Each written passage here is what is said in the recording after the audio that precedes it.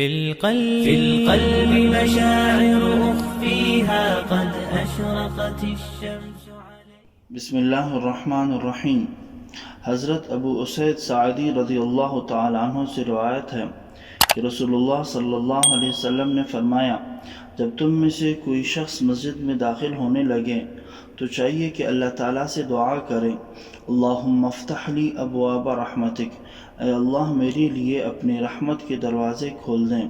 اور جب مسجد سے باہر جانے لگے تو یہ دعا کریں، اللہم انی اسألک من فضلک، اے اللہ تجھ سے تیرے فضل کا سوال کرتا ہوں، تو میرے لیے اس کا فیصلہ فرما دے.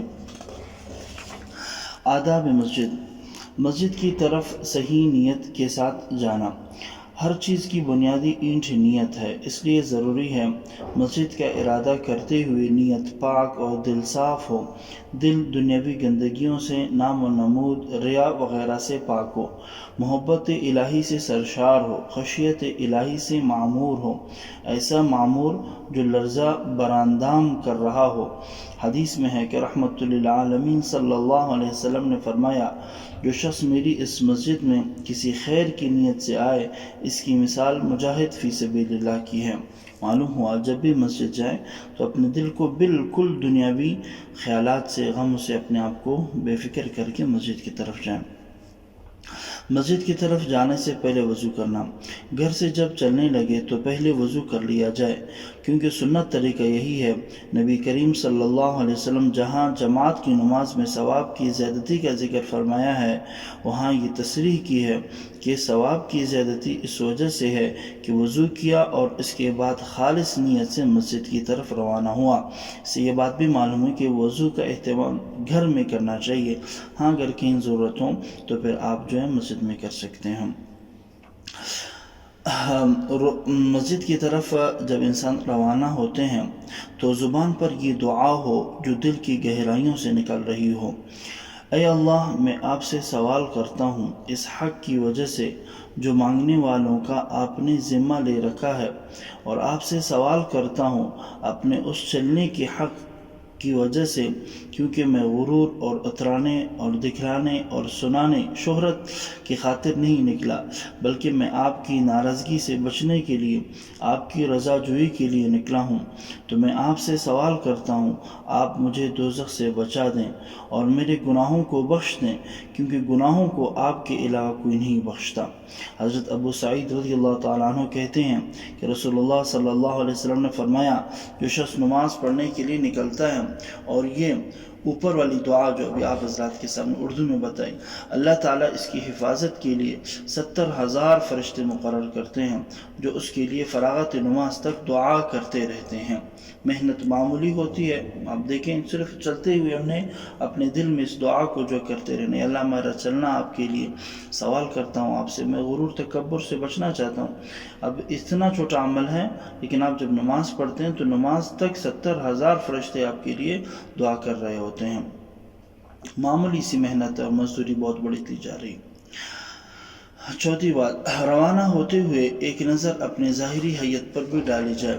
روانہ ہوتے ہوئے ایک نظر اپنے ظاہری حیت پر اس طرح ڈالی جائے کہ ہم ایک عظیم المرتبہ دربار کو جا رہے ہیں. حت المقدور کپڑے ہمارے پاک ہونے چاہیے، صاف ستھرے ہونے چاہیے، آستین اور پورے ہونے چاہیے، اور اگر قدرت نے وسعت عطا کی ہو تو خوشبو مل لیں تاکہ پسینہ وغیرہ کی بو بالکلیہ جاتی رہے، فرشتوں کو کوئی اذیت نہ پہنچے. ارشاد ربانی ہے، یا بنی آدم خذوا زینتکم عند کل مسجد، اے آدم کی اولاد تم مسجد کی ہر حاضری کے وقت اپنا لباس زینت پہن لیا کرو. اس آیت کریمہ سے مفسرین نے استدلال کیا ہے کہ مسجد کی حاضری میں حیت حت الوسع اچھی ہونی چاہیے، لہٰذا اگر ہم پتلون پہن کر کے نماز پڑھیں گے تو اس میں کراہت ضرور آئے گی. کھلا ہو تو ٹھیک ہے، لیکن اگر بالکل فٹ ہو تو اس میں ضرور نماز مکروہ ہو جاتی ہے۔ اسی طرح صاف ستھرا کپڑا پہننے کے آپ کے پاس موجود ہے، لیکن اس کے باوجود آپ میلے کچیلے کپڑے پہن کر نماز پڑھنے کے لیے جاتے ہیں، یا آپ جو ہے گیراج میں کام کرتے ہیں، یا آپ جو ہے محنت مزدوری کرتے ہیں، انہیں گندے کپڑوں کے ساتھ آپ نماز پڑھتے ہیں، تو فقہا نے اس کو مکروہ لکھا ہے۔ لہٰذا صاف ستھرے کپڑے پہن کر کے انسان کو اللہ کے حضور حاضر ہونا چاہیے۔ مسجد آتے ہوئے یہ خیال رہے کہ ہم ایک بڑی عبادت کے لیے بڑے گھر کی طرف جا رہے ہیں، اس لیے رفتار میں پروقار، اعتدال اور سکینت نمایاں ہو۔ ایسی رفتار ہرگز اختیار نہ کیا جائے جس سے دیکھنے والا ہلکا پن محسوس کرے۔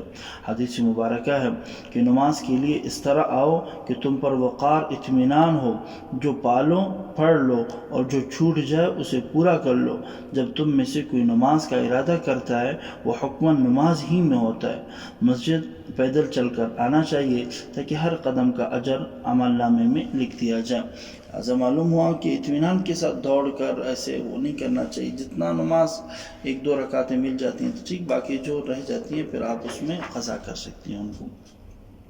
بدبودار چیز کھا کر فوراً مسجد میں داخل نہیں ہونا چاہیے، مثلاً لہسن، پیاز، مولی وغیرہ کو مسجد میں لانا یا ان کو کھا کر فوراً مسجد میں آنا جائز نہیں ہے۔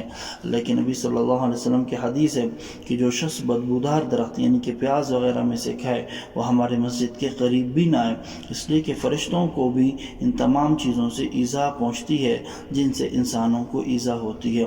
جیسا کہ بدبودار چیزوں کو مسجد میں لانے کی ممانعت کی تفصیل اوپر معلوم ہو چکی ہے، اسی طرح سگریٹ وغیرہ اور نسوار کے جس کی وجہ سے بو ہوتی ہے، ایسی چیزوں کو حالت نماز میں ان کو کوشش کریں کہ بالکل جیب میں بھی نہ رکھیں۔ البتہ اگر ہوں تو نماز تو صحیح ہو جائے، کیونکہ ان سے بھی بدبو آتی ہے، تو کوشش یہ ہو کہ مسجد میں یہ بدبودار چیزیں نہیں آنی چاہیے۔ مسجد میں جب انسان داخل ہوتا ہے تو دروازے پر پہنچ کر ذرا قلب و جگر تھام لے کہ اب ایک بڑے دربار میں داخل ہو رہا ہوں۔ موبائل فون بند کر دیں۔ داخل ہوتے ہوئے پہلے دایاں پیر رکھیں اور یہ پڑھ لیں اللہم افتح لی ابواب رحمتک۔ جب نکلنے لگیں تو پہلے بایاں پیر نکالیں اور یہ پڑھیں اللہم انی اسألک من فضلک۔ مگر یہ خیال رہے کہ جوتا پہننے میں پہلے داہنا جوتا پہنے پھر بایاں، یعنی کہ جب آپ بایاں پاؤں نکالیں گے تو اسے اپنے جوتے کے اوپر رکھ دیں، اس میں جوتا نہ ڈالیں۔ بایاں پاؤں جوتے کے اوپر رکھ کر کے دایاں پاؤں جب نکالیں تو اس میں جوتا پہن لیں، پھر اس کے بعد جو ہے اپنے دوسرے پاؤں میں جوتا پہن لیں۔ اگر مسجد میں لوگ نماز، تلاوت، وظائف میں مشغول نہ ہوں تو سلام کرنا بہتر ہے۔ اگر مشغول ہوں یا کوئی نہ ہو تو اس طرح کہیں السلام علینا وعلی عباد اللہ الصالحین۔ اور اگر بعض افراد فارغ بیٹھے ہیں لیکن اتنے فاصلے پر ہیں کہ ان کو سلام کرنے سے یا سلام کے جواب دینے سے نماز وغیرہ میں مشغول لوگوں کو حرج لازم آتا ہے تو سلام کی اجازت نہیں، اس میں لوگ احتیاط نہیں کرتے ہیں، بس ایسے آ کر کے مسجد میں سلام کرتے ہیں۔ تو دیکھنا چاہیے کہ لوگوں کی حیت کیا ہے، اگر ویسے فارغ بیٹھے ہیں تو ٹھیک، لیکن اگر نماز تلاوت میں مشغول ہیں تو کوشش کریں کہ سلام نہ کریں۔ آخری بات ہے تحیۃ المسجد ادا کرنے۔ اگر مسجد میں آنے کے بعد مکروہ وقت نہیں ہے تو بیٹھنے سے پہلے 2 رکعت تحیۃ المسجد پڑھ لیں۔ اگر مکروہ وقت ہے تو ان کلمات کو 4 مرتبہ پڑھ لیں، سبحان اللہ والحمد للہ ولا الہ الا اللہ، اس کے بعد کوئی سا بھی درود پڑھ لیں۔